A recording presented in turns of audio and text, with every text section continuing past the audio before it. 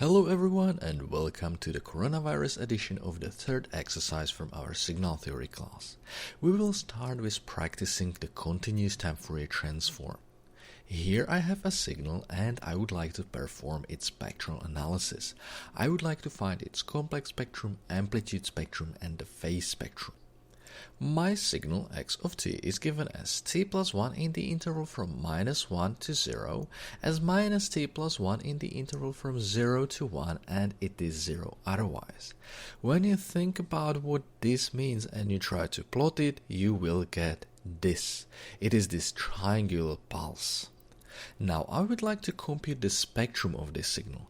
It is a continuous time aperiodic signal, so I have to use the continuous time Fourier transform. This is the definition formula and now I need to evaluate it. First I need to realize that this signal is 0 everywhere except in the interval from -1 to 1. So I do not need to integrate from -infinity to +infinity, but I can limit myself to this interval. And in this interval I will do it in two pieces. First I will integrate from -1 to 0, from -1 to 0, and in this interval I will integrate this expression. That is what I have here. I integrate from -1 to 0 and I integrate this expression. Then I will integrate from 0 to 1, from 0 to 1, and I will integrate this expression that I have here. I integrate from 0 to 1 and I integrate this expression. Now these two integrals are a bit tedious but otherwise quite easy to evaluate. First I will distribute this exponential over the terms in this bracket and I will apply this integral to the individual summands separately.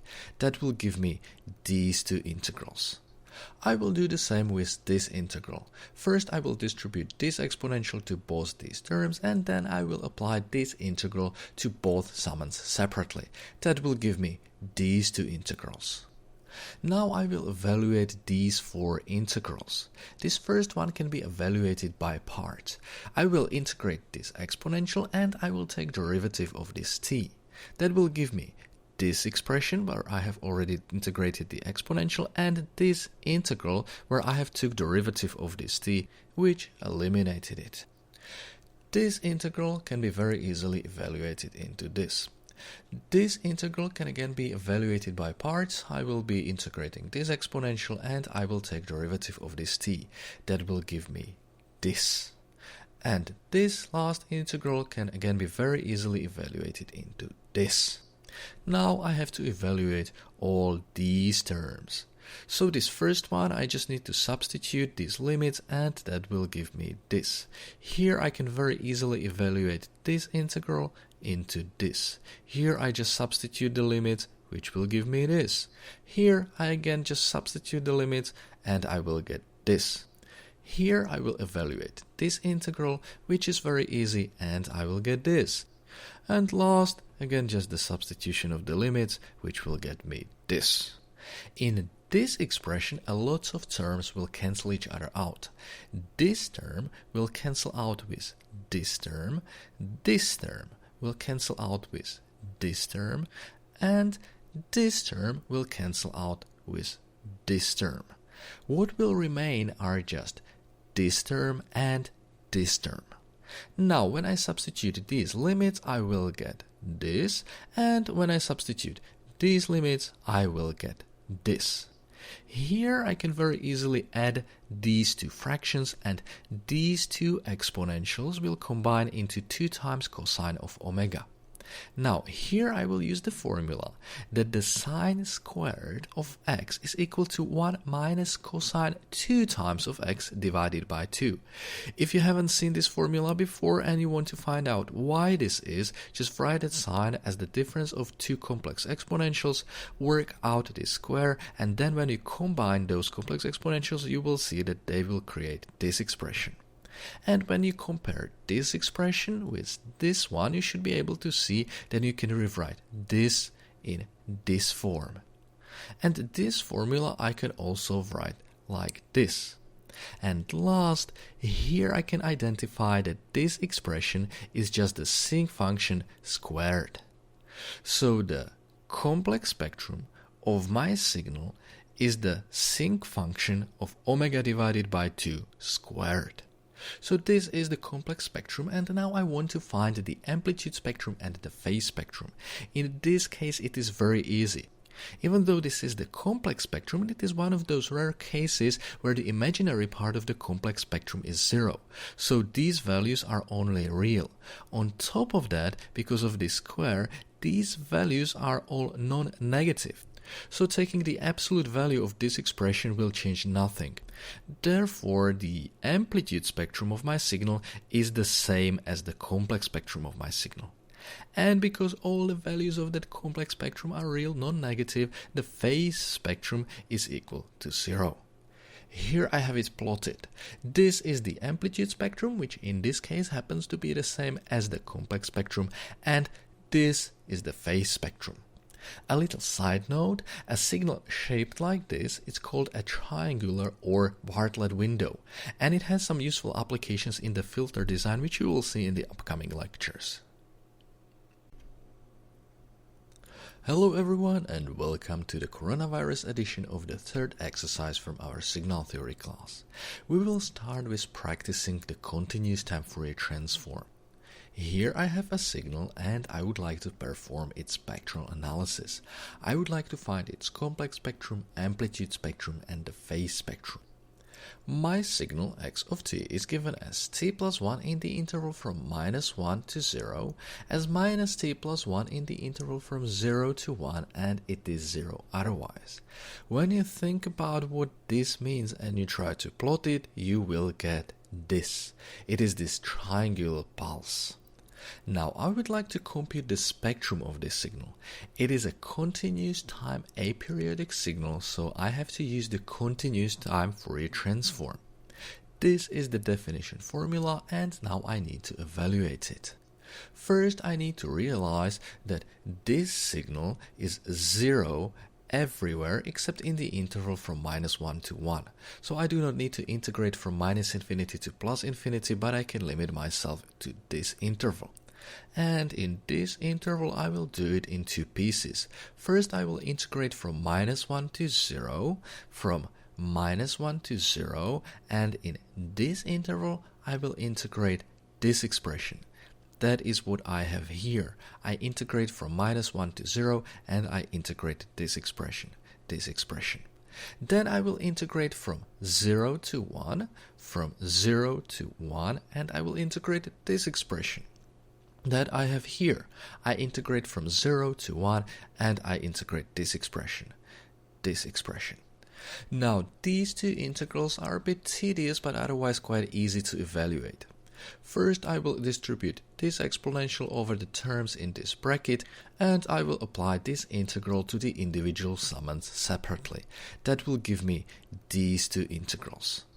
I will do the same with this integral. First I will distribute this exponential to both these terms, and then I will apply this integral to both summands separately. That will give me these two integrals. Now I will evaluate these four integrals. This first one can be evaluated by parts. I will integrate this exponential and I will take derivative of this t. That will give me this expression where I have already integrated the exponential, and this integral where I have took derivative of this t, which eliminated it. This integral can be very easily evaluated into this. This integral can again be evaluated by parts. I will be integrating this exponential and I will take derivative of this t. That will give me this. And this last integral can again be very easily evaluated into this. Now I have to evaluate all these terms.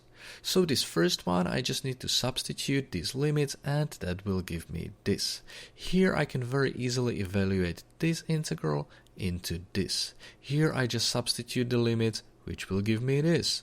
Here I again just substitute the limits, and I will get this. Here I will evaluate this integral, which is very easy, and I will get this.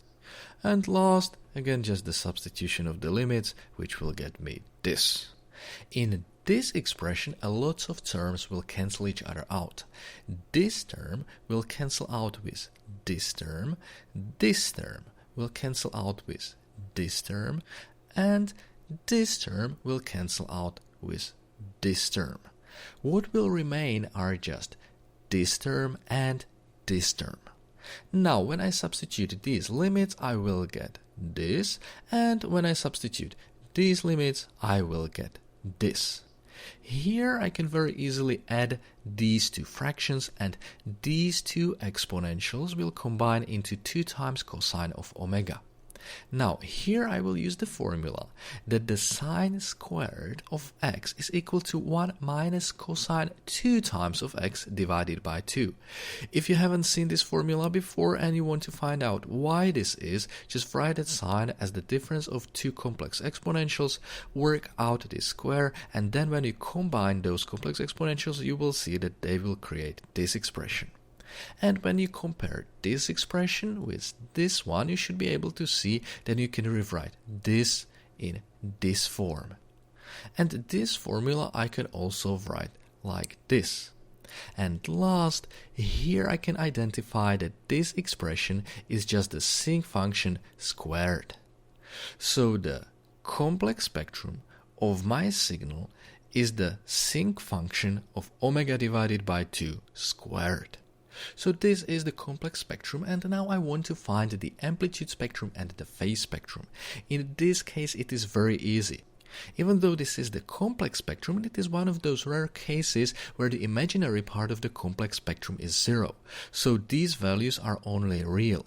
On top of that, because of this square, these values are all non-negative.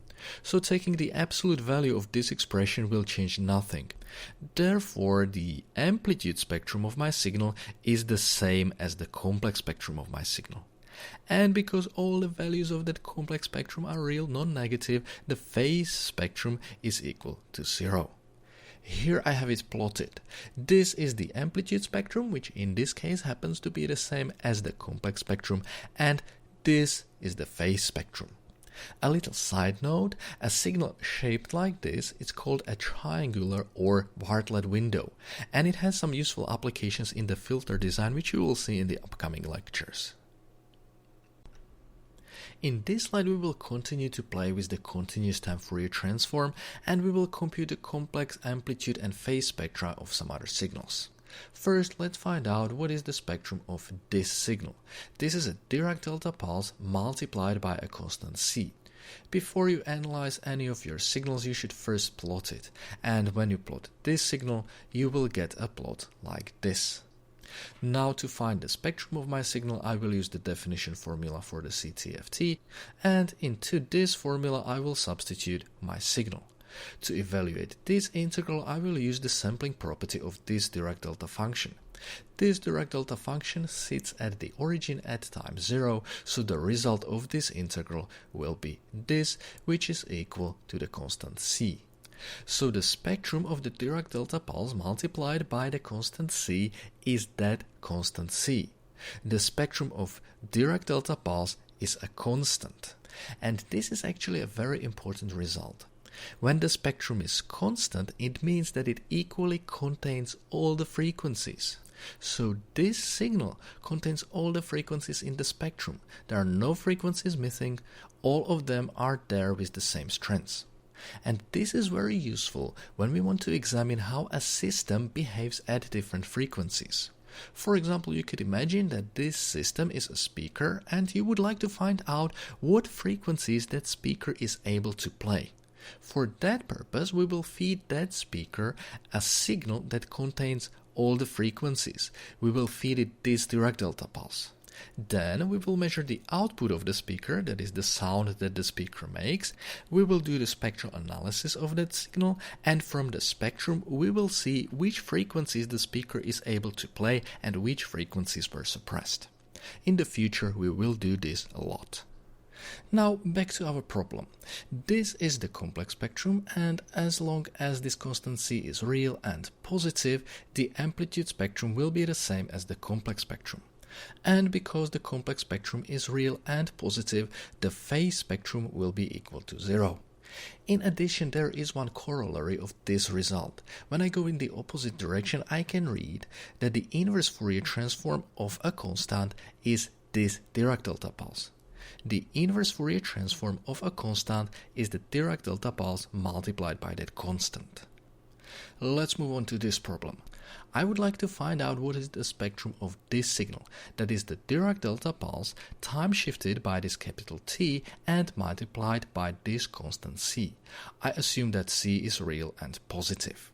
Before I start computing any integrals, I will first plot my signal. When I do that, I will get this Dirac delta pulse which sits at position T and is multiplied by this constant C. Now that I know what my signal looks like, I can compute its spectrum.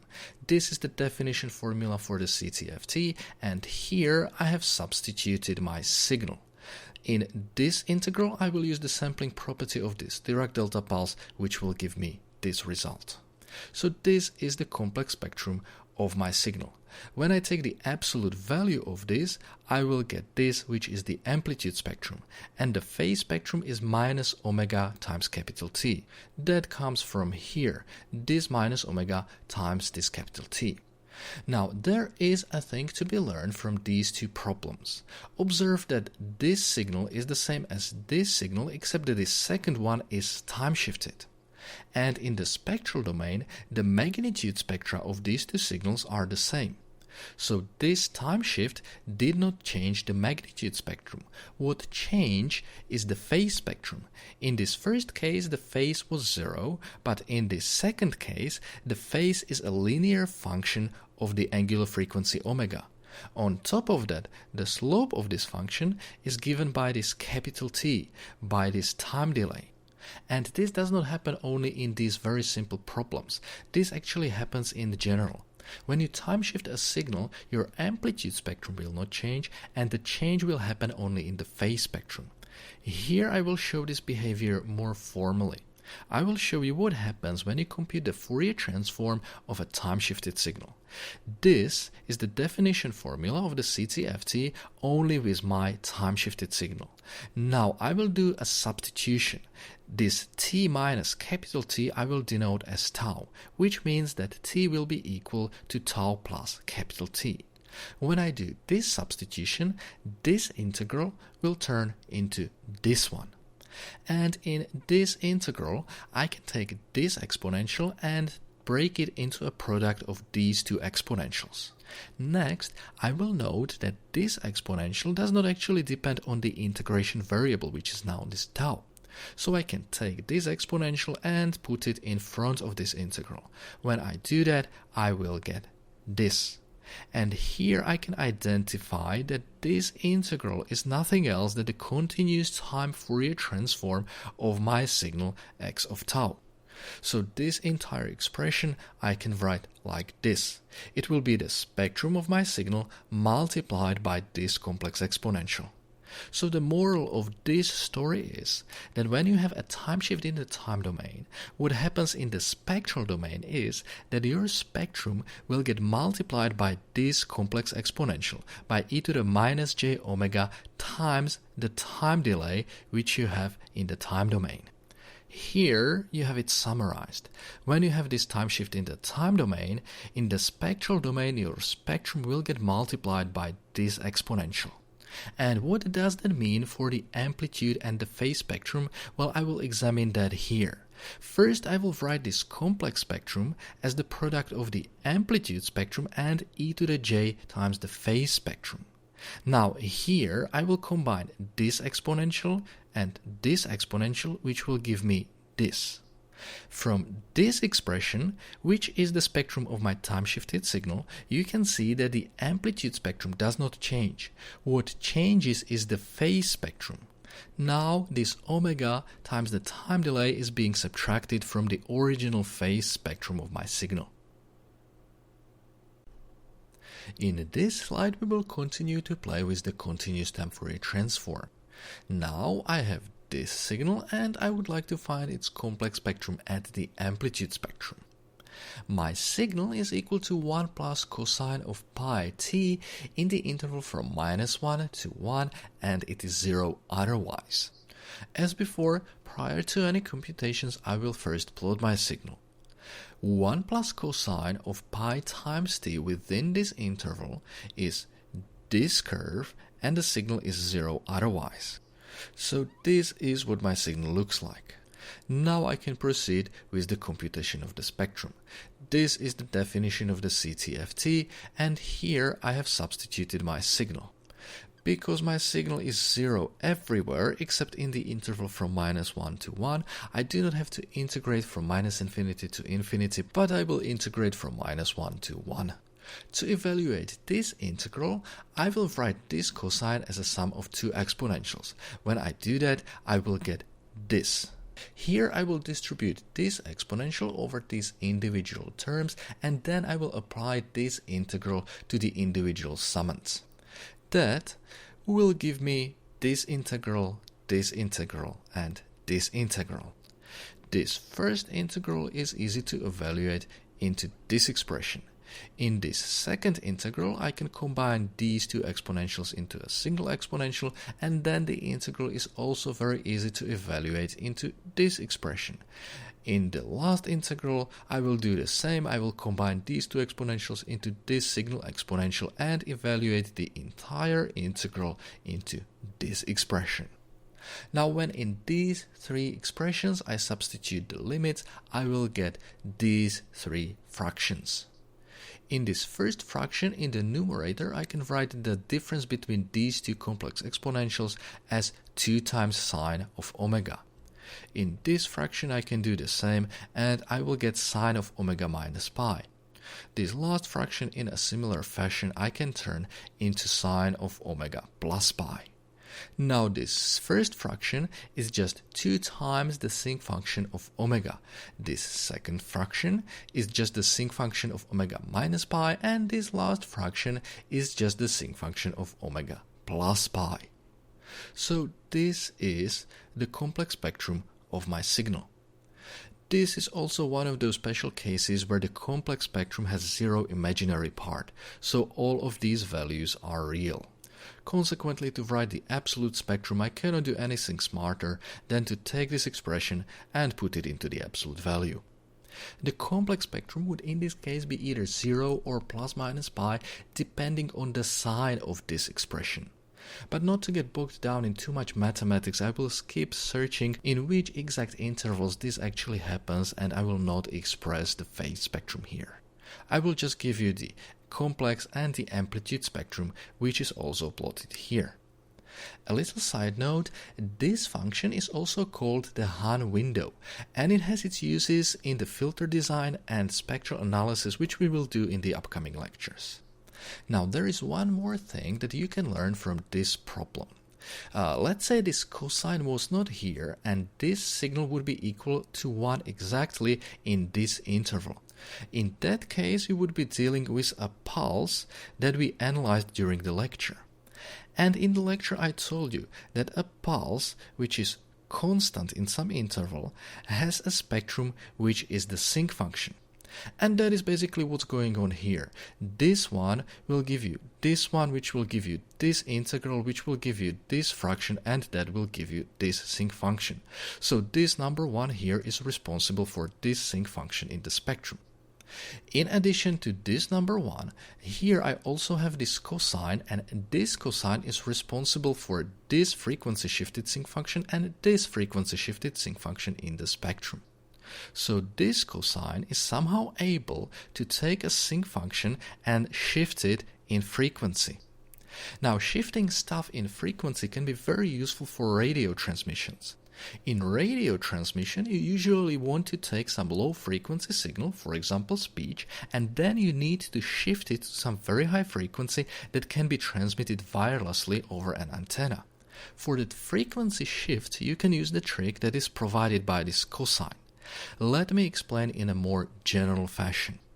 Let's see what happens when I take a signal, multiply it by this complex exponential, and compute the spectrum of the whole thing. So here I have the formula for the continuous time Fourier transform, and here I have substituted this signal. Now I can combine these two exponentials into a single exponential, and that will again give me the formula for the continuous time Fourier transform, except not evaluated at the frequency omega, but at the frequency omega minus omega naught. So the result of this entire expression will be the spectrum of my signal, but at the frequency omega minus omega naught. That means that by multiplying my signal by this exponential, where I have that frequency omega naught, I have shifted my spectrum by the amount given by this frequency omega naught. So this is how you can alter your signal so that its spectrum is shifted to whatever frequency you please. The problem here is that this exponential is a complex signal, which will make this product also a complex signal. That is something you can deal with mathematically, but it is not something you can output as a voltage into a wire. If your signal is real and you want to keep it real, instead of this trick, you can do this one. You will take your signal and you multiply it by this cosine. How does that work? Well, this cosine can be written as the sum of these two exponentials. And here you can distribute your signal over the terms in this bracket and apply the Fourier transform to the individual summands. That will give you this. Here, this multiplication is exactly the same as this one, and that will create your spectrum that is shifted by this frequency omega naught. Here I have almost the same thing, except this frequency omega naught is negative. So I will get the same spectrum, except the shift is to the opposite side. So here the spectrum is shifted to the both sides of the frequency axis symmetrically. If this signal is real, it will have symmetric spectrum, and this will keep the symmetry in the spectrum. And that corresponds to the fact that after multiplication by this cosine, your result is still a real signal. But now the spectrum can be shifted to some high frequencies, which can be more convenient for the transmission of the signal through some antenna. So keep this property of the Fourier transform in mind. It will become useful when you will learn about modulations and radio transmissions. In this slide, we will practice the inverse continuous time Fourier transform. I will give you the spectrum and I will ask what is the respective signal in the time domain. So here we have a spectrum that is a Dirac delta pulse multiplied by this constant. When I plot this spectrum, it will look like this.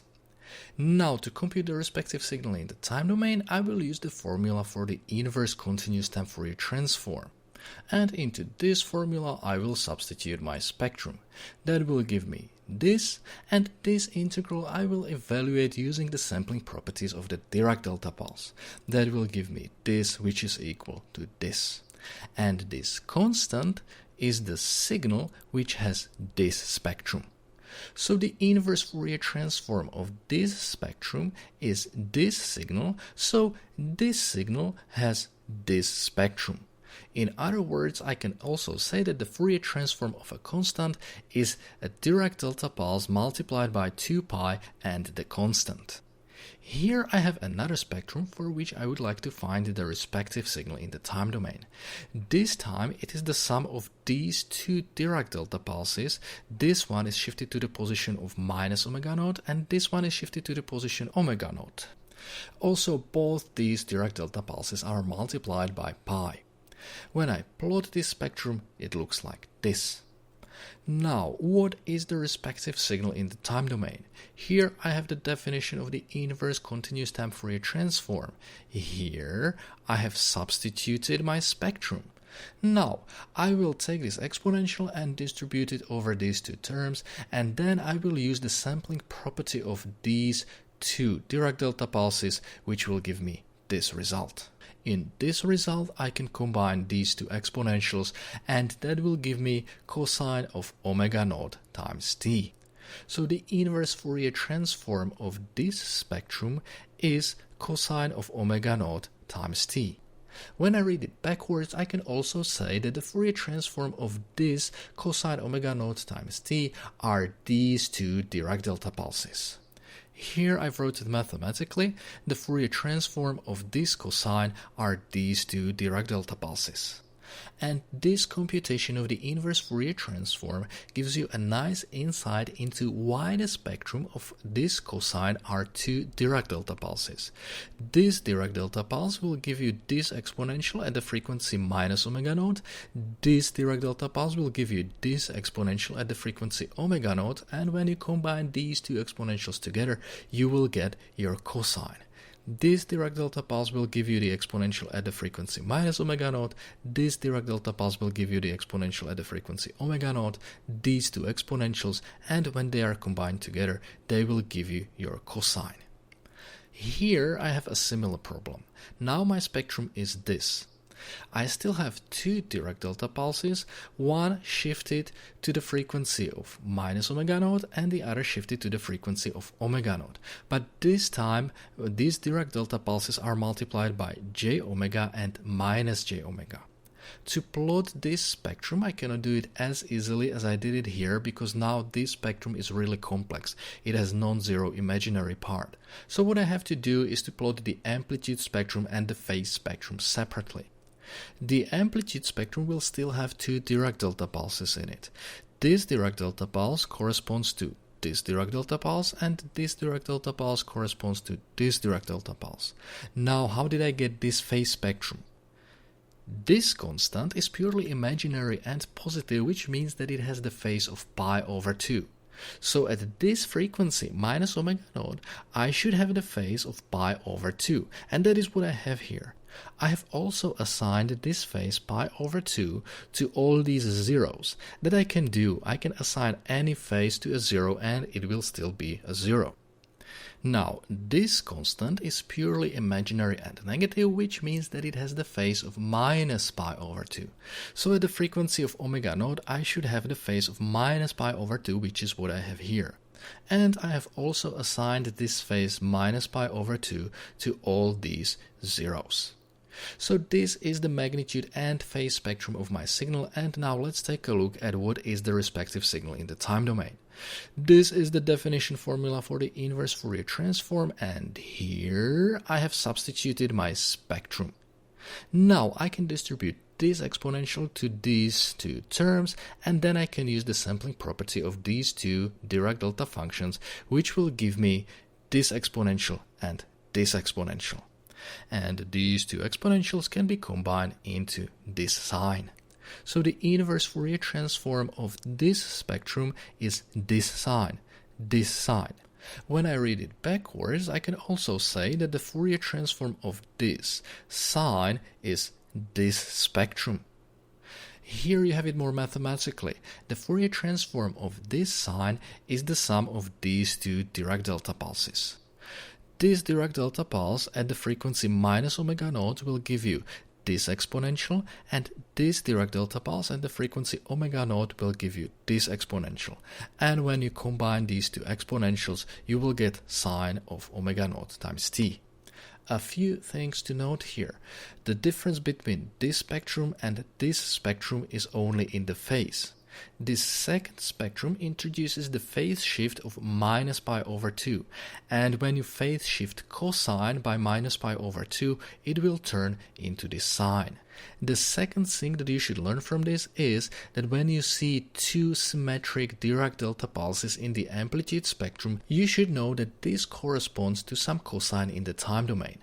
That cosine can be phase shifted, which will depend on the phase spectrum.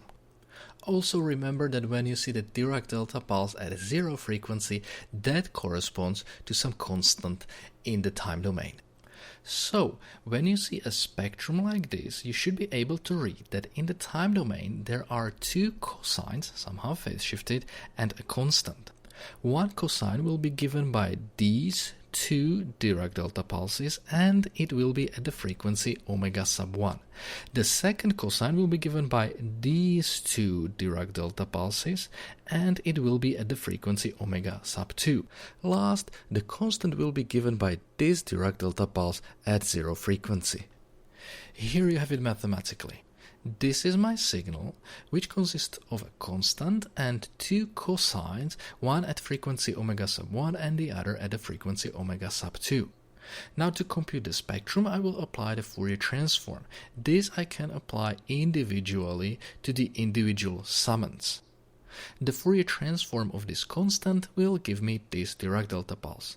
The Fourier transform of this cosine will give me these two Dirac delta pulses. One will be at the frequency minus omega sub 1 and the other will be at the frequency plus omega sub 1.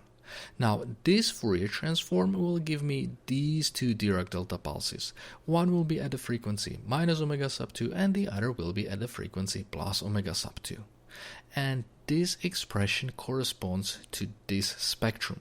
So this spectrum represents a sum of a constant and two cosines. In this slide I have summarized some of the signals and the spectra that we had thus far. I showed you that the spectrum of a cosine are two Dirac delta pulses. This Dirac delta pulse sits at the frequency of this cosine. This cosine seems to have the period of 1, which means that it has the frequency of 1 Hz, and that corresponds to the angular frequency of 2 pi. If I increase the frequency of the cosine, this Dirac delta pulse will move to higher frequency.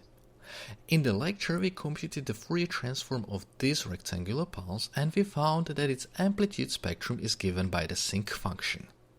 Here I would also point out one thing. If I took this rectangular pulse and I would shift it in time, its amplitude spectrum would not change.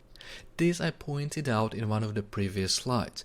If you introduce time shift in the time domain, in the spectral domain your amplitude spectrum will not change. The time shift will affect the phase spectrum. This would be also very obvious with this cosine.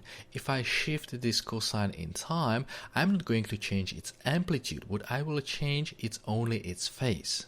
Therefore, if I shifted this cosine in time, its amplitude spectrum would not change, only the phase spectrum would change. Back to this rectangular pulse, there is one thing I want to note. Sometimes this rectangular pulse goes under the name the boxcar window, or just a rectangular window. We will come back to it when we will do the filter design and some spectral analysis. Now, in this exercise we computed the spectrum of this triangular pulse, which sometimes goes under the name triangular window or Bartlett window. We showed that its spectrum, both complex and amplitude spectrum, is given by the sinc function squared. And we also computed the spectrum of this signal, which sometimes goes under the name Hahn window, and I showed you that its spectrum is given by the sum of 3 sinc functions. Now, in these plots, there is one trend which I would like to point out. Note that the faster the signal changes in the time domain, the stronger are the higher frequencies in the spectrum. It's pretty obvious with these two cosines. This second one is changing faster, so compared to this spectrum, this Dirac delta pulse is shifted to higher frequencies. Now let's compare these two signals. This one has this step change, this infinitely fast change from 1 to 0. This one does not have any step changes. This one is actually continuous. So this signal contains faster changes than this one, and when you take a look at the amplitude spectrum you will see that at higher frequencies this spectrum is bigger than this one. This signal with these fast changes has more stuff at higher frequencies. In contrast, this signal, which does not have any step changes, has less stuff at higher frequencies. And when I make my signal even smoother, I will have even less stuff at higher frequencies. So with more abrupt changes in the signal, there will be more high frequency content in the spectrum. And the smoother the signal is, there will be less high frequency content in the spectrum. And if I took this signal and squashed it in time so that now it changes faster, in the spectral domain the spectrum will expand. Because this signal now changes faster, its spectrum will now be stronger at higher frequencies, at least compared to this one. This behavior can actually be described more formally. If I want to squash this pulse like this, I can do it by taking this signal and letting this time run faster. For example, if instead of this time t, I would evaluate this signal for 2 times t, I would get this signal. Here I have it written in a more general fashion where I take time t and I multiply it by some constant. If this constant a is for example 2, I will squash my signal like this. If this constant a was 1/2, I would actually expand my signal in time. Now what happens with the spectrum when I do this? To find that out, I will just need to substitute into the definition of the Fourier transform. When I do that, I will get this, and to evaluate this integral, I will use this substitution. A times t I will denote as tau, which means that t will be tau divided by a. When I use this substitution, this integral will turn into this one. Here I will take this constant and pull it out of the integral. That will leave me with this. And this is the definition of the Fourier transform, except evaluated at the frequency omega divided by a. So this entire expression will be equal to 1 over the absolute value of a times the spectrum of my signal evaluated at the frequency omega divided by a. So for example, if this a is 2 and in the time domain I'm squashing my signal, in the spectral domain I will be dividing my frequency by 2, which means that the spectrum will expand. And if in the time domain I would divide by 2, which means that the signal in the time domain would expand in time, in the spectral domain I would multiply my frequency by 2, which means the spectrum would be squashed towards lower frequencies. In this slide we will practice the use of the discrete time Fourier transform. Our task is to find the complex spectrum, the amplitude spectrum and the phase spectrum of this signal. This signal is discrete and it is defined for all the integers, so it has infinite lengths. Consequently, if we want to find the spectrum of this signal, we have to find the discrete time Fourier transform. But before we do any computations, we should always first plot our signal. In this case, we are dealing with a geometric series which is multiplied by a unit step. So for negative values of n, my signal will be 0. That is the consequence of this unit step. And for positive values of n, it will look like a geometric series. In this case, I have drawn it for a equal to 0.75. Now that I know what my signal looks like, I can start crunching. So this is the definition formula for the discrete time Fourier transform. Here I have substituted for my signal. Now, because of this unit step, that is because of these zeros, I do not have to sum from minus infinity. It will suffice from 0. Also, I can combine this term and this term like this. What I get is an infinite sum of a geometric series.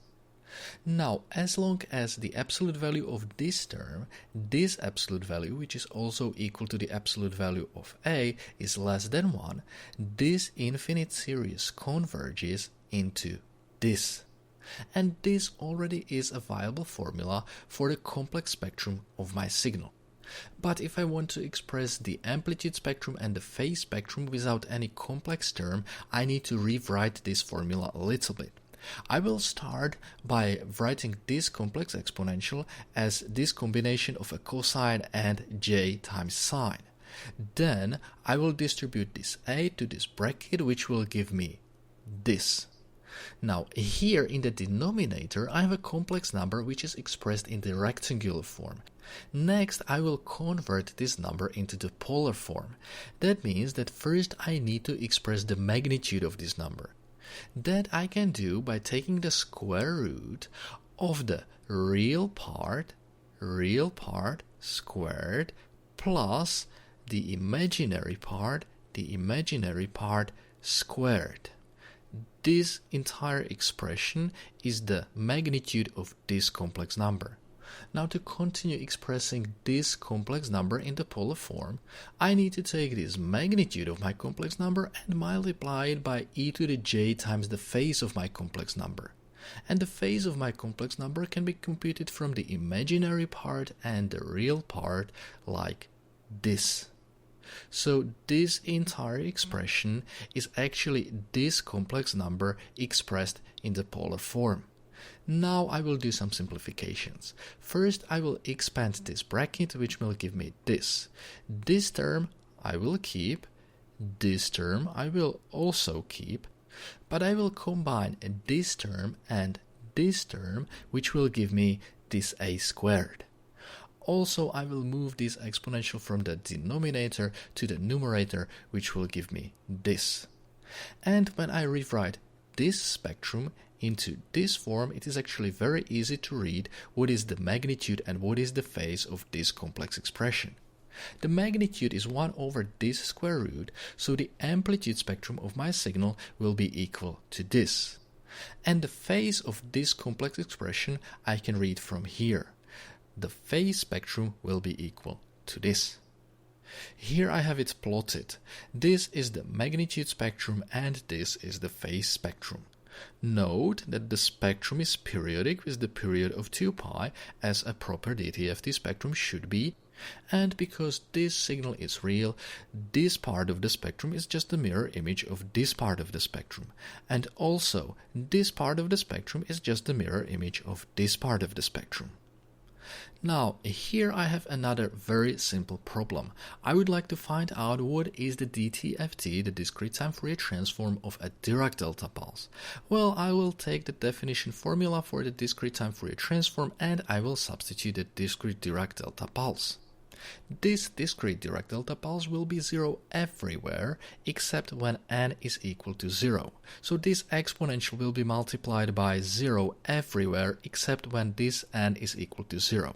So the result of this sum will be this, which is equal to 1. Consequently, the discrete time Fourier transform of a Dirac delta pulse is equal to 1. So the spectrum of the discrete Dirac delta pulse is a constant, which also means that this discrete Dirac delta pulse contains all the frequencies in the spectrum. In this slide, we will do a little example with the inverse discrete Fourier transform. Here I have a definition of a spectrum and I would like to find out what is the respective signal in the time domain. First, let's take a look at the definition of the spectrum. Here I'm saying that the spectrum is equal to the sum of these two Dirac delta pulses in the interval from -pi to pi. Within this interval, I will have one Dirac delta pulse that will sit at the frequency of capital omega naught, and I will have another Dirac delta pulse which will sit at the frequency of capital omega naught. Next, here I also say that my spectrum is periodic with the period of 2 pi. So essentially here I am defining one period of my spectrum and here I'm saying that my spectrum is periodic. Now before I start any calculations I first need to plot my spectrum. So within the interval from -pi to pi I will have these two Dirac delta pulses. One will sit at the frequency of -omega naught, that is this Dirac delta pulse, and the other will sit at the frequency omega naught, that is this Dirac delta pulse. The interval from -pi to pi will be one period of my spectrum, which will then periodically repeat. So my spectrum will be this train of Dirac delta pulses. Now let's take a look at what that corresponds to in the time domain. This is the definition formula of the inverse discrete time Fourier transform. First, I need to remember that the integration here is over one period of the spectrum. It can be either from 0 to 2 pi or it can be from -pi to pi. The result is the same. In my case, I have one period of my spectrum defined in the interval from -pi to pi, so I will integrate over this interval and my integration limits will be from -pi to pi. Consequently, within these integration limits, I will include only these two Dirac delta pulses, So when I substitute for my spectrum here, I will get this. These two Dirac delta pulses come here. Now in this expression I can distribute this exponential over these two terms and use the sampling property of these two Dirac delta pulses, which will give me these two exponentials. These two exponentials can then be combined and that will give me this cosine. So the inverse discrete time Fourier transform of this train of Dirac delta pulses is cosine of omega naught times n. When I read it backwards, I can say that the discrete time Fourier transform of this cosine is this train of Dirac delta pulses. Within the interval from minus pi to pi, I'm getting these two direct delta pulses just as I was getting them with the continuous time Fourier transform. And similarly to the continuous time Fourier transform, when the normalized frequency of this cosine is omega naught, this direct delta pulse sits at that frequency omega naught, and this direct delta pulse sits at the frequency minus omega naught. But because this is a discrete signal, this part of the spectrum, this interval, this period will repeat itself, so the spectrum of this cosine will not be just these two direct delta pulses, but it actually will be this entire train of direct delta pulses. Now I will try to give you a little bit more intuitive view into this periodicity in the spectrum of the discrete signals. I will start with a little bit of mathematics, but then I will move to these pictures. So first, let's say that I have this cosine at the frequency omega naught and with some phase phi. Now to this frequency omega naught I will add 2 pi. Let's see what the addition of these 2 pi does to this cosine. First I will distribute this and to this bracket, which will give me this. Here I need to realize that cosine is a function which is periodic with the period of 2 pi. This n I consider to be integer, so here I'm adding just integer multiples of 2 pi, which will have no effect on the value of this cosine, and I can write it like this. Consequently, it would seem that increasing the frequency by 2 pi has zero effect on my signal. That's pretty strange, isn't it? I can take my normalized frequency, increase it by 2 pi, and my signal will remain the same. Let me show you another strangeness. Here I have a cosine at the frequency 2 pi minus omega naught.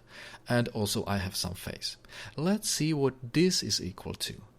As before, I will distribute this n, which will give me this. Here I have again an integer multiple of 2 pi, and because this cosine is periodic with the period of 2 pi, this has no effect on its value. I can leave it out and I can write this cosine like this. Further, because the cosine is an even function, I can change the sign of this entire argument without changing the value of the cosine, so I can rewrite this into this form. And from this entire derivation, it would seem that when I have a cosine with a frequency 2 pi minus omega naught, it is the same as having the cosine at the frequency omega naught, except with negative phase. Here I have positive sign, this sign is negative. So this cosine seems to be at a completely different frequency than this one, but it seems that these two cosines are the same. Let me explain why these strange things happen in these plots. In these plots I have a couple of sine functions at different frequencies, and also I'm sampling these sine functions with the sampling frequency of 10 Hz. Each of these plots has the time axis 1 second long, which gives me 11 sampling points between 0 and 1 second. Also, each plot is complemented with this axis where I plot the indices n. So in this middle axis I'm plotting time in seconds, and in this axis I'm plotting the indices n. Now in this plot, this gray line is a sine with the frequency of 1 Hz. These blue lines are the samples of my sine wave. And you should be able to compute that for a frequency of 1 Hz and a sampling frequency of 10 Hz, the normalized frequency of my sampled sine is 0.2 times pi. How to convert from Hz into the normalized frequency I explained in the lecture. Now, when you take a look at this plot, you will find absolutely nothing strange about it. Now, let's move on. In this plot, this gray line is a sine with the frequency of 3 Hz, and these blue lines are just the samples of this sine. Now, when the sampling frequency is 10 Hz, you should be able to compute that the frequency of 3 Hz corresponds to the normalized frequency 0.6 pi. And again, there is not much strange about this plot. Perhaps the only thing I would point out is that if I did not draw this gray line here, you would have a hard time guessing that these blue samples are actually samples of a sine. And that happens with discrete signals. Sometimes when the sampling is not very dense, it is not immediately obvious that the samples came from a sine or a cosine. Now the first strangeness that we will encounter is in this plot. Here this gray continuous time sine has the frequency of 5 Hz, which corresponds to the normalized frequency of pi. And you can see that when I take the samples just as I took them before, now the samples are all 0. So in this case, after sampling, the signal strangely disappears. And the weirdness strangely continues. In this plot, this gray line is a sine with the frequency of 9 Hz. That corresponds to the normalized frequency of 1.8 pi. Now let's see what my samples look like. Strangely, these samples look nothing like this faster sine. In fact, they are the same as these samples except with a negative sign. So at this frequency and this normalized frequency, my discrete samples will have the negative values of the samples that I obtained for this very different frequency and this very different normalized frequency. And what if I increase the frequency of my continuous time sine even more? In this plot, the frequency of that continuous sine is 11 Hz, which corresponds to the normalized frequency of 2.2 pi. And what do our discrete samples look like in this case? Well, here I'm getting these discrete values, which seem to be exactly the same as the values I got for this discrete frequency and this normalized frequency. So in this case and in this case, my continuous time signals are completely different, but the samples of the discrete time signal are exactly the same. The relationship between this plot and this plot actually corresponds to this. Here I showed you that when I increase the normalized frequency by 2 pi, nothing changes. And that is exactly what happened here. Here the normalized frequency is 0.2 pi. Here my normalized frequency is 2.2 pi, which is 2 pi plus 0.2 pi. So when I increased my normalized frequency by 2 pi, my samples did not change. They are the same as in this case. Why does that happen? Well, in this case, the continuous time sine is so fast that it finishes one period and a part of the next one within one sampling period with which I'm taking my samples. And this small part of this second period is actually the same as this part of this period.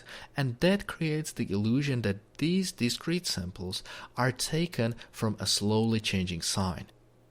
Now the similarity between this plot and this plot corresponds to this line. Here the normalized frequency is 0.2 pi and here the normalized frequency is 1.8 pi, which I can also write as 2 pi minus 0.2 pi. 2 pi minus this frequency. That is what I have here. So a cosine at 2 pi minus some frequency capital omega naught should be the same as the cosine at the same frequency omega naught except with the negative phase. And that is exactly what I see here. This sine actually is a cosine with phase minus pi over 2. And this sine is actually a cosine with the phase plus pi over 2. Now the overall moral of the story is that when I have high frequency components in my continuous time signal, they can create the same discrete samples that are created by the low frequency components. This effect is called aliasing and it has several consequences. Some of them appear to be cosmetic, like for example the periodicity in the Dtft spectrum. The Dtft formula has this exponential in it, and this exponential contains a cosine and a sine which will manifest this behavior. So when I increase this normalized frequency by 2 pi, this cosine will be the same, this sine will be the same, and consequently this exponential will be the same. This exponential and the exponential where this normalized frequency is increased by 2 pi are just the same.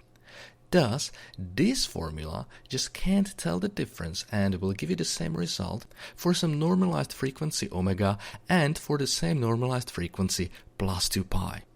Therefore, what happens at the frequency omega naught will also happen at the frequency 2 pi plus omega naught.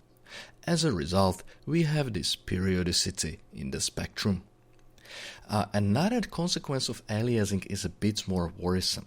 When we have a signal which contains both these low-frequency components and these high-frequency components, during sampling, both these low-frequency and these high-frequency components will create the same discrete signals. So after sampling, they will become indistinguishable. The contribution to the discrete samples from this signal will just add up to the contribution to the discrete samples from this signal.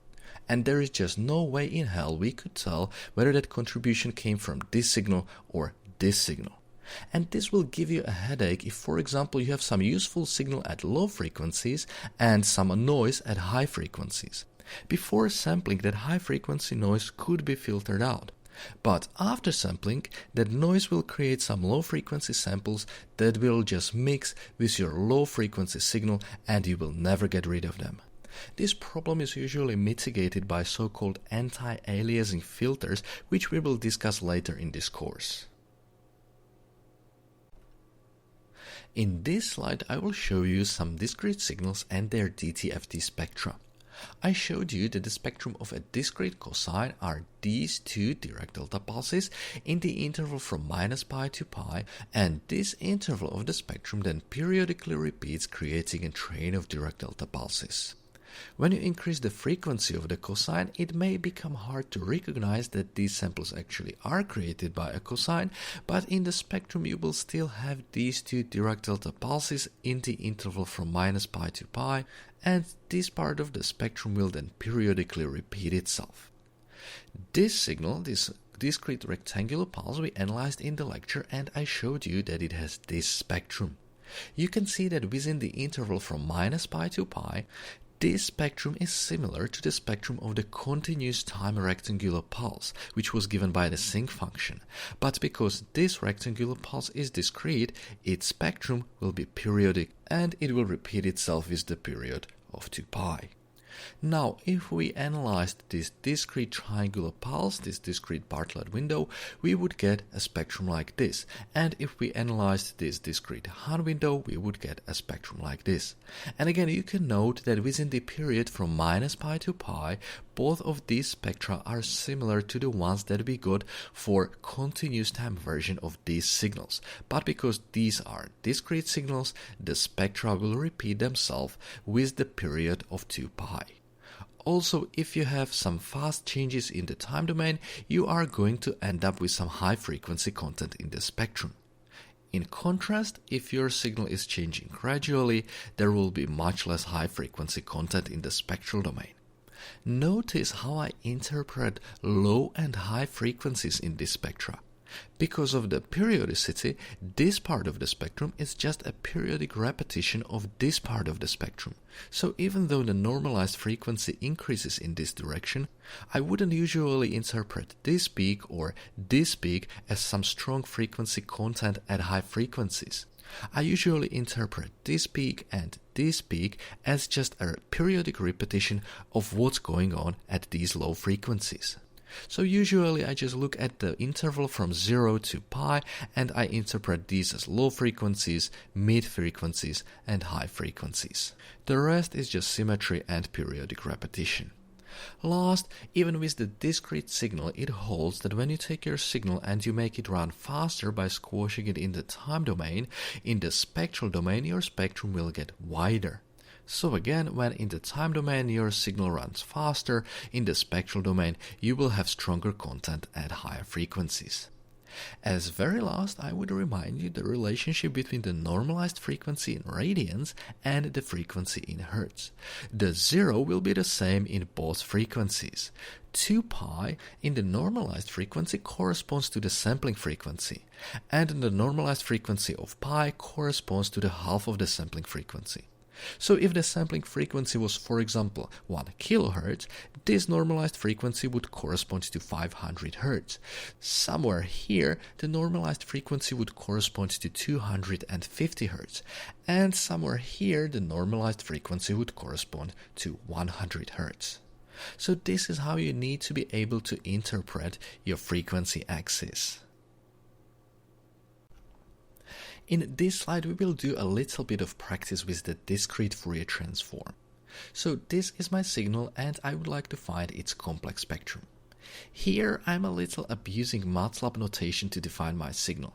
A proper mathematical way to define this signal would be like this. My signal is 1 when n is equal to 0 and my signal is 0 for n is equal to 1, 2, 3. So this is how you do it properly, but if you are lazy like me, you will do it like this. And from here you can see that we are dealing with a discrete finite length signal. The length of the signal is 4. To compute the spectrum of a finite length discrete signal, we need to use the discrete Fourier transform. This is the definition formula. To evaluate this formula, there are no special tricks here. You just need to write the individual summands and substitute into them. This sum will have 4 summands for n going from 0 to 3. This is the first summand, which I get when n is equal to 0. This is what I get when n is equal to 1. This is what I get when n is equal to 2. And this is what I get when n is equal to 3. Now you can see that all these summands will be 0 because of this, and this 0. These zeros are the values of my signal, for n, 1, 2, and 3.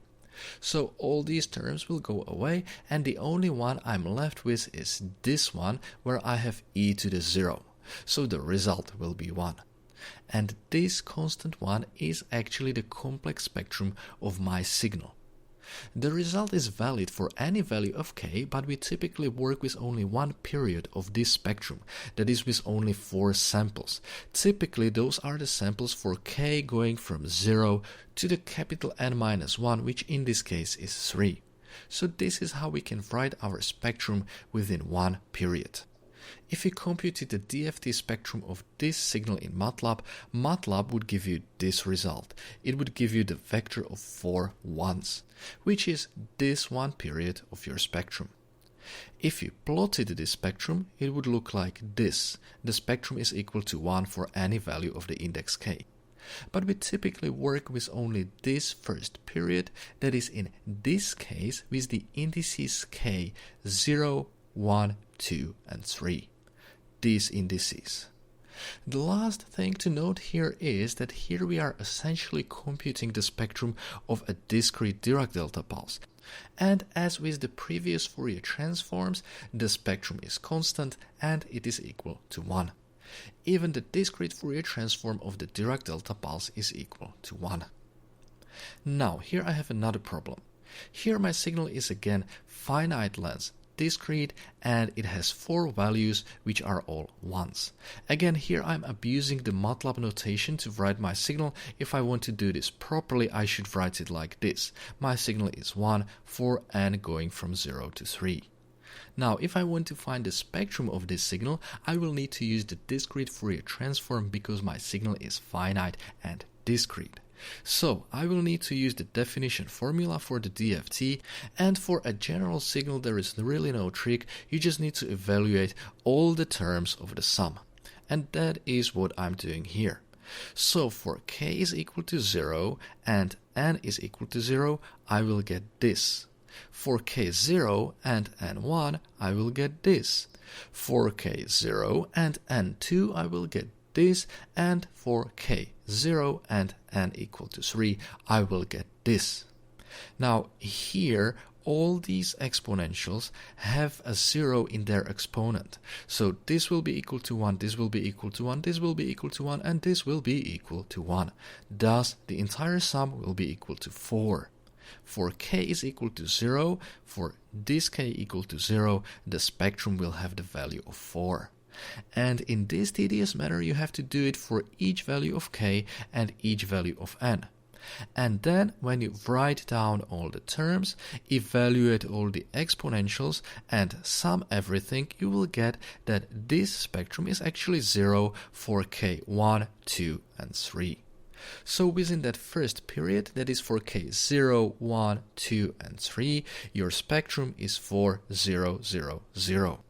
If you computed the discrete Fourier transform spectrum of this signal in Matlab, the Matlab would give you this vector of 4 numbers, which would be 4, 0, 0, 0.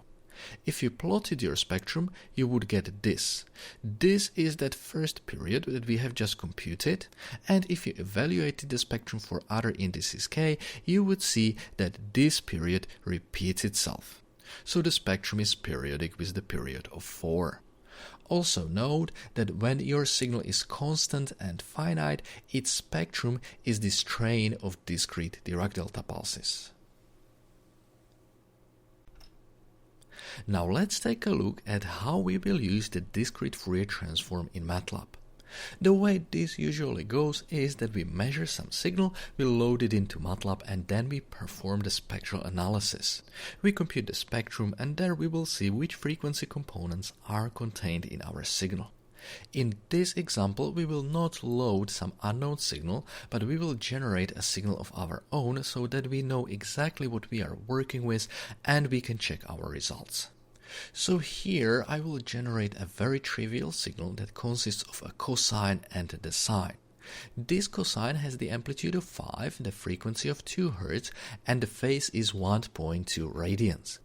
This sine has the amplitude of 2, the frequency is 6 Hz, and it has 0 phase.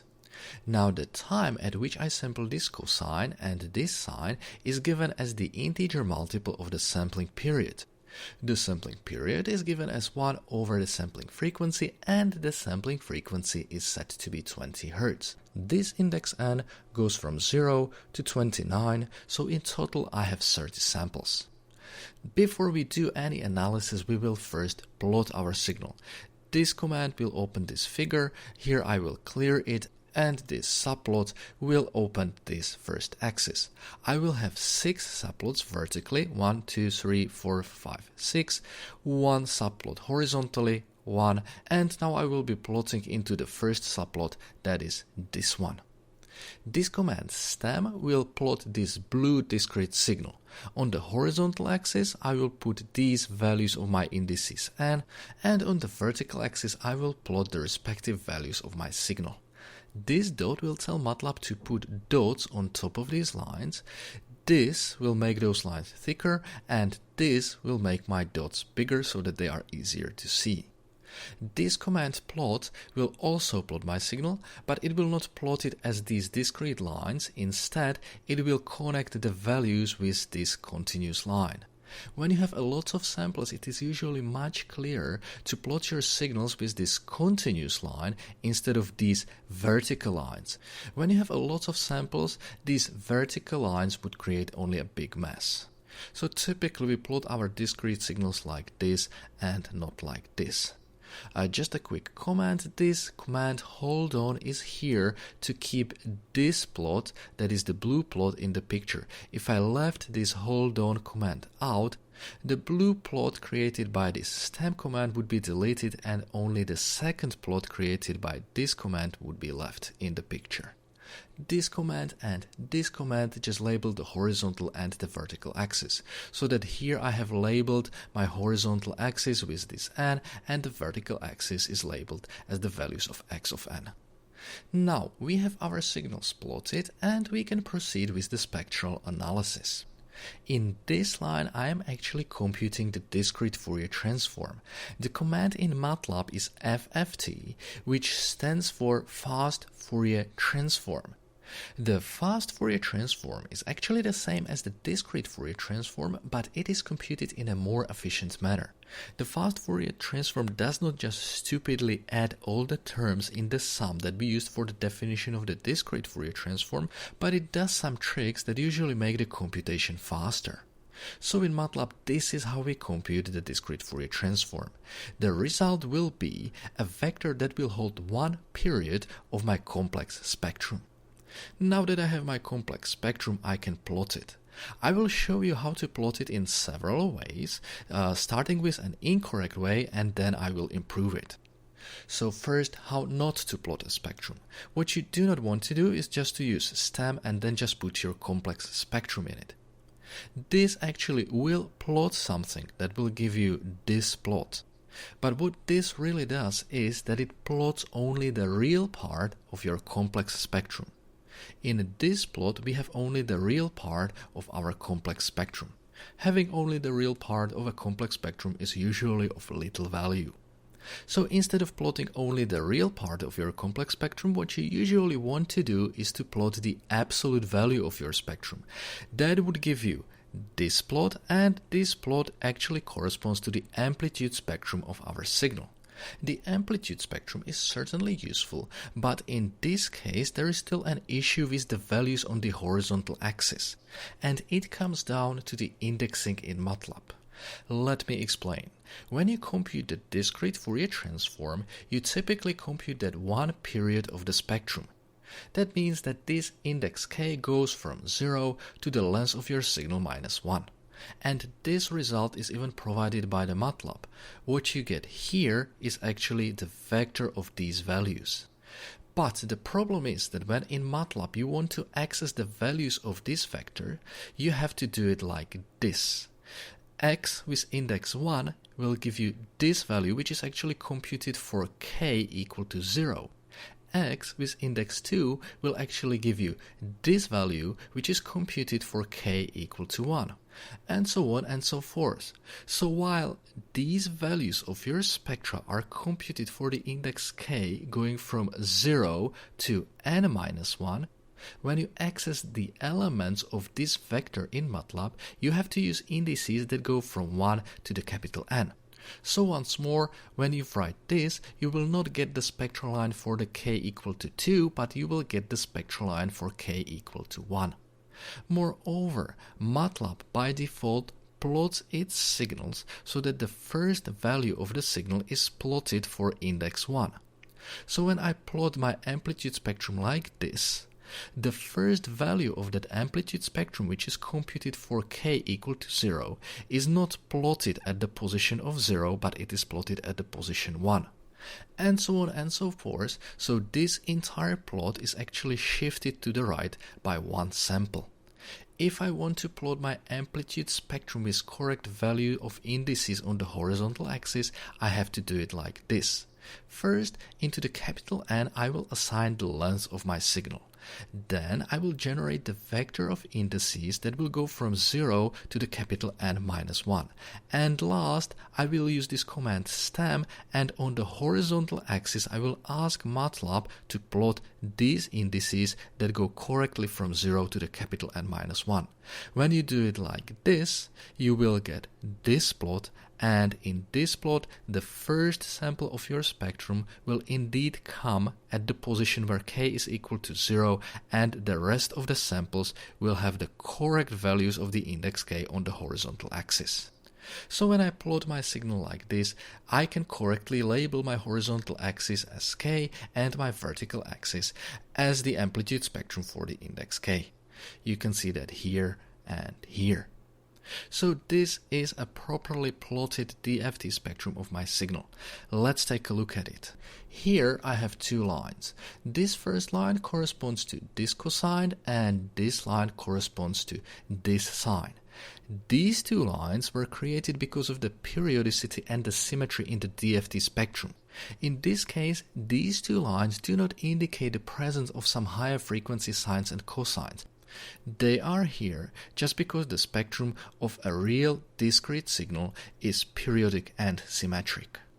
Now, what if I had this spectrum, and from this spectrum I would like to read the frequencies of this cosine and this sine? Well, I would need to find at which indices k these lines sit, and then from those indices I can compute the respective frequency in hertz. But if you are lazy like me, you will do it like this. You will scale your frequency axis so that it will directly give you the frequency in hertz. This is how you will do it. First, as before, to the capital N you will assign the length of your signal. Then, as before, you will generate the vector of indices k that go from 0 to the capital N minus 1. And now you will convert your indices to the frequency in Hertz. That means that you will need to divide your indices by the length of your signal and multiply them by the sampling frequency. That will give you the respective frequency in Hertz. When you have that, you can use that in this command stem, and now on the horizontal axis you will get the respective frequency in Hertz. So from this plot I can lazily read that I have something at 2 Hz and something at 6 Hz. And that corresponds to these 2 Hz and these 6 Hz. Also, you can see that the component at 2 Hz is stronger than the component at 6 Hz, and that corresponds to these amplitudes, this amplitude 5 and this amplitude 2. And once more, this line and this line do not indicate that we would have any component at the frequency 14 Hz or 18 Hz. There are no such components here. These lines are just the consequence of the periodicity and symmetry in the DFT spectrum. Now, I will teach you one trick. Remember, in the lecture I told you that the DFT spectrum is just a sampled version of the Dtft spectrum. And when my finite length signal has n samples, one period of the DFT spectrum will also have n samples. And that is what we see here. This signal has 30 samples, so here we will see 30 samples of the spectrum. But this is not the only sampling that can be done. If you really want, you can sample your Dtft spectrum with a smaller sampling step, which will give you more samples of your DFT spectrum. In Matlab, this can be done very easily. In the command FFT, which computes the discrete Fourier transform, you can use this second argument, this nFFT, and the value of this argument will tell Matlab in how many points one period of this continuous DFT spectrum should be sampled. So once again, by default, I'm getting 30 samples per one period of this Dtft spectrum, but if I specify this parameter nFFT to be 200, I will get 200 samples per one period of this Dtft spectrum. Now, if I compute my spectrum like this, scale the horizontal axis properly, and plot my spectrum, I will get this. Let's see what is this strangeness. Firstly, one cosmetic thing. When you have these discrete lines so densely packed together, which usually does not look very nice. So instead of this command stem, which gives you these densely packed vertical lines, you just use this command plot that will just connect your values with a continuous line, and that just looks better. So here I use this command stem mostly for educational purposes. When I'm really plotting my spectra, I usually use it with this command plot. But now, what are we really looking at here? Well, this is an approximation of my Dtft spectrum. This was the DFT spectrum, and this is the approximation of the continuous Dtft spectrum. But you may ask, if I compute the Dtft spectrum of a cosine and sine, I should get a couple of Dirac delta pulses. Why am I not seeing those Dirac delta pulses here? Well, the problem is that I'm not really working with cosine and I'm not really working with a sine. When I say it informally, the cosine and the sine are infinitely long functions. They are defined for the values from minus infinity to plus infinity. But what I'm really doing here is that I have cut out only a finite length pith of a cosine and a finite length pith of a sine. I have computed these signals only for these values of n. But the Dtft looks at the signal for n going from minus infinity to plus infinity. So when we apply Dtft to our signal, this formula can use the values of our signal for n going from 0 to 29, but for the other values of n, there is just no signal, there is nothing to be added. For this formula, that is equivalent of this signal being 0 outside the interval from 0 to 29. So this formula will not see a cosine or a sine going from minus infinity to plus infinity. This Dtft formula will just see this finite length signal which is otherwise surrounded by zeros. Therefore, the DTFT spectrum of our signal will not have those Dirac delta pulses in it. They would be here only if my signal was an infinitely long recording of this cosine and this sine. But because my signal is finite, my DTFT spectrum will look different. The reason why my DTFT spectrum looks like this I will explain in some of the upcoming lectures. At this point, I just want to point out one problem that you can have with the DFT spectrum. Firstly, note that the DFT spectrum is really just a sampled version of the DTFT spectrum. The DFT spectrum is just a sampled version of the DTFT spectrum. This sample comes from the top of this hill, this zero comes from the bottom of this valley, this zero comes from the bottom of this valley, and so are the other zeros. This sample comes from the top of this hill, and all of those zero samples come from the bottoms of these valleys. Now let's see what happens if I change this frequency to something like 6.5 and I recompute my results. Here I have it. Now my frequency of this sine is 6.5 Hz, and let's see how my spectrum changed. Now it would seem that I no longer have a single line at the frequency of 6.5 Hz. In fact, the DTFT spectrum does not even have a sample that would sit exactly at the frequency of 6.5 Hz. Instead, we have this bunch of non-zero lines in the vicinity of 6.5 Hz. What's going on can be best seen from the DTFT spectrum. Now that I changed this frequency to those 6.5 Hz, this hill in the DTFT spectrum also moved to that frequency of 6.5 Hz.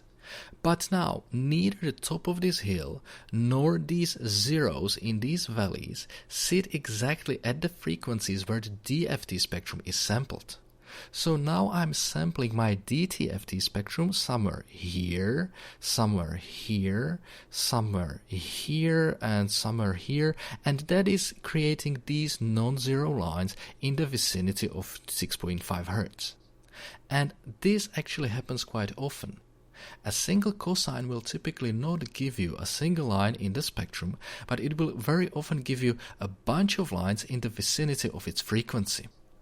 At this time, I only want you to know that this problem exists, that it is called the spectral leakage, and later on in the course we will learn how exactly this spectral leakage is created and how we can deal with it. In this slide, I have some examples of signals and their DFT spectra. All these signals are 60 samples long, so we will be looking at the DFT spectra which have the period of 60 samples. I would also point out that these signals are almost the same as the signals which I showed you when I was showing you the examples of the DTFT spectra. So, these DFT spectra should mostly be just discrete samples taken from the DTFT spectra. When I sample this spectrum, I should get this spectrum. So let's see how it works. In the previous slide I showed you that when you compute the discrete Fourier transform of a cosine, you can get a spectrum that has these distinct spectral lines. In Matlab, you typically compute only this first period of the spectrum, but outside of this interval the spectrum is periodic and this period repeats itself. And this case actually corresponds nicely to this case of the DTFT spectrum of this cosine. Now at this plot I have a cosine at higher frequency. Because the frequency of this cosine is fairly close to the sampling frequency, this cosine is not sampled very densely, so it is not as easily recognizable as this cosine, but these really are samples of a cosine. Now, the DFT spectrum of this cosine is this. This first period of the spectrum is no longer composed of only two spectral lines, but it has many non-zero spectral lines. This is called by that spectral leakage which I mentioned in the previous slide, and we will take a look at this phenomenon more closely in the upcoming lectures. Essentially, the problem is that this is not an infinitely long cosine. This is just a finite piece of that infinitely long cosine. Therefore, this spectrum will not always correspond to the Dtft spectrum of the cosine. In this case, I assumed that this cosine is an infinitely long signal. I assumed that this n goes from -infinity to +infinity. In contrast, all of these signals have only finite number of non-zero samples. So even if I compute their DFT spectra, even when I compute the DFT spectra of these signals, these DFT spectra will be just the sampled version of the Dtft spectra. The samples of these DFT spectra you can obtain exactly by sampling these Dtft spectra. Consequently, these DFT spectra will have the same properties as we had with the Dtft spectra. We have the periodicity, we have dissymmetry, and we have dissymmetry. Also, when I have a fast change in my signal, I will have some high frequency content. And when my signal is changing gradually, there will be much less stuff at high frequencies. And when I read the spectra, I usually look only at the first half of the first period. So when Matlab gives me the spectrum that looks like this, I will conclude that in the time domain there is probably just one sine or a cosine with the frequency that corresponds to the index k at which this spectral line is positioned.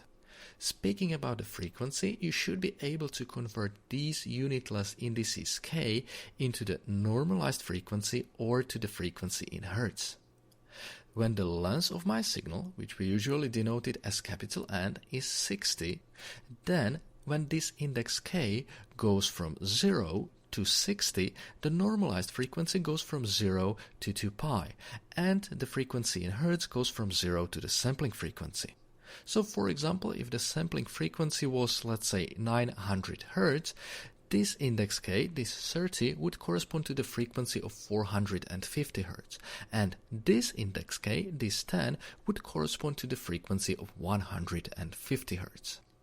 One last thing that I would remind here is that if you tried to compute the DFT spectra of these signals in Matlab, be prepared that Matlab will not give you the entire spectrum, but it will give you only this first period, which is here indicated in blue.